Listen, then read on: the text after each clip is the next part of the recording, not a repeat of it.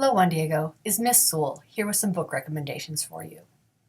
The first book I'd like to talk to you about today is called The Martian by Andy Weir. This is a science fiction book, extremely realistic, filled with action and adventure. 6 days ago, astronaut Mark Watney was one of the first people to set foot on Mars. Now, he's absolutely certain he's also going to be the first person to die there. After a terrible dust storm, his crew, who assume he's already dead, has to evacuate the planet and leaves him there, alone, not even knowing he needs to be rescued, with no food, no communication system, nothing. He's distraught, anxious, doesn't know how to contact NASA, but through his ingenuity, his engineering skills, a little bit of botany that he knows, and his amazingly crazy sense of humor that somehow keeps him together and keeps him trying, he's able to overcome and come up with a mad plan to contact NASA. The unfortunate thing is Mars still has several secrets that he doesn't know about. The Martian by Andy Weir. The next book I'd like to talk to you about today is called Looking for Alaska by John Green. This is a young adult coming-of-age romance book with a few things thrown in that might surprise you.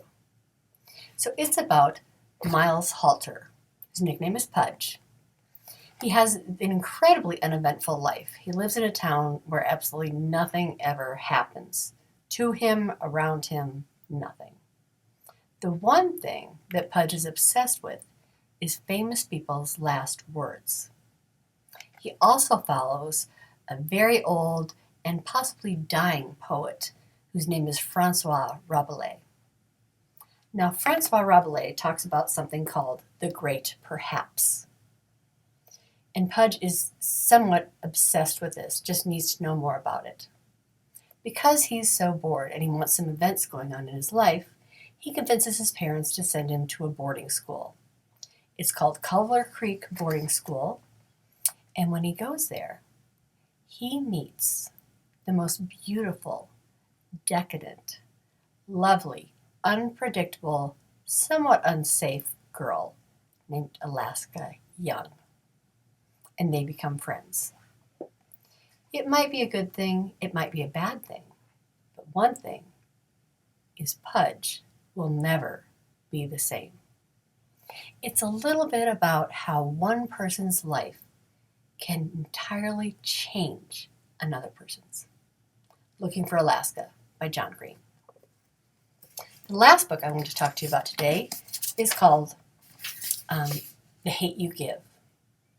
The Hate You Give, you could actually think about reading about this online. I mean, it's a story that we see almost every day in the newspaper. It's about a girl named Star, and she lives in two different worlds. One, the neighborhood where she lives, which is black and poor. The other is the school she goes to, which is in the suburbs and white and affluent. She balances her life pretty well in between these two worlds until something happens. Her best friend, Khalil, is shot by a white police officer. Now, this has so much dissension in both of her worlds. She has to balance the reaction of her neighborhood, which is rioting and yelling and protesting, and her school, which is something entirely different. So what will she do? What will Star do? Will she tell the truth about what happens that night? And if she does, will it make a difference? The Hate You Give by Angie Thomas. Check it out. It's good to see you guys. Thanks for checking in. We'll talk to you soon.